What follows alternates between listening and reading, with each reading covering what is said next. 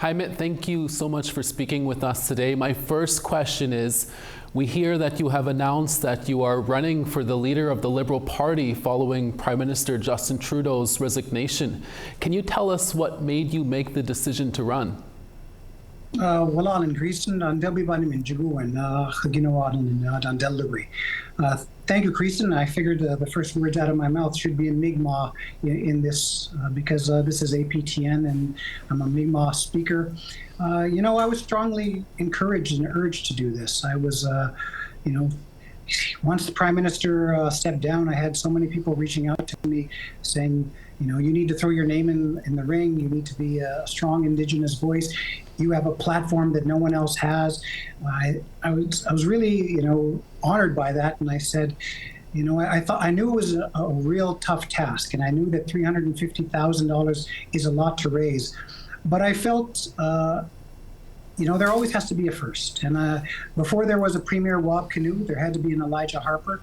Before there was a President Obama, there had to be a Jesse Jackson. There always has to be someone who's the first to try, even if those first steps that they take are just to pave the way forward for future generations.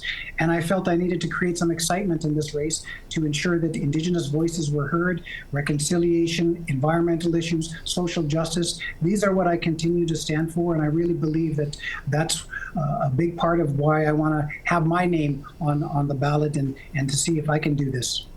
Jaime, what was your reaction of hearing the Prime Minister announcing that he was resigning? This was your leader. Yeah, I was sad. I was sad. I thought, and I said this on IPT, and I thought that this Prime Minister will go down in history as probably the best for Indigenous issues. Whenever I spoke to him on Indigenous issues, I really felt he cared. We had the first ever Supreme Court Justice. We have the first ever Indigenous Governor General. We have the first ever Indigenous Language Commissioner. We have so many historic firsts for Indigenous people because of him. And, I think that the work he did to advance Indigenous legislation, to advance a National Day for Truth and Reconciliation, I was quite sad when he decided to step down, but I also knew it was an opportunity for other leaders to have their voices heard. And I really felt that, I had other people in mind for this. I didn't think that I was going to do this. I went to Ottawa last week, and I'm just troubled a little bit by the direction that I'm hearing. And I want to be that person who's on the ballot, who continues with the values of, the National Food Program, dental care, pharmacare, affordable child care, and housing supports. I think that we need to move forward on that. I don't think that people were tired of our policies. I think they just got tired of the Prime Minister as a person, and that's unfortunate.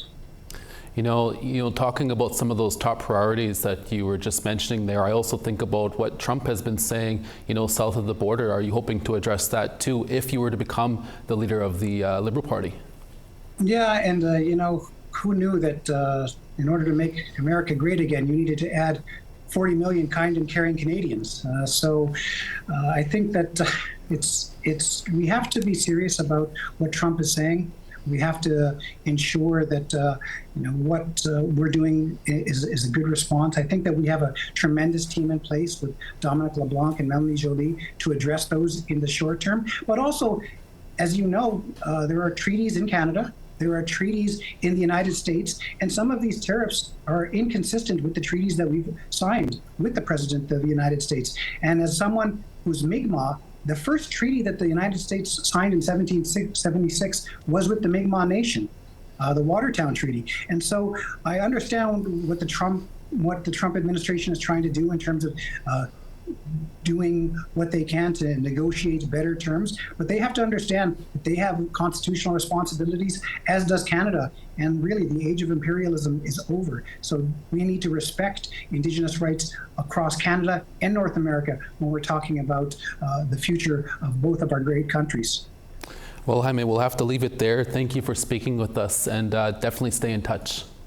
Thank you for having me. Balanin, miigwech.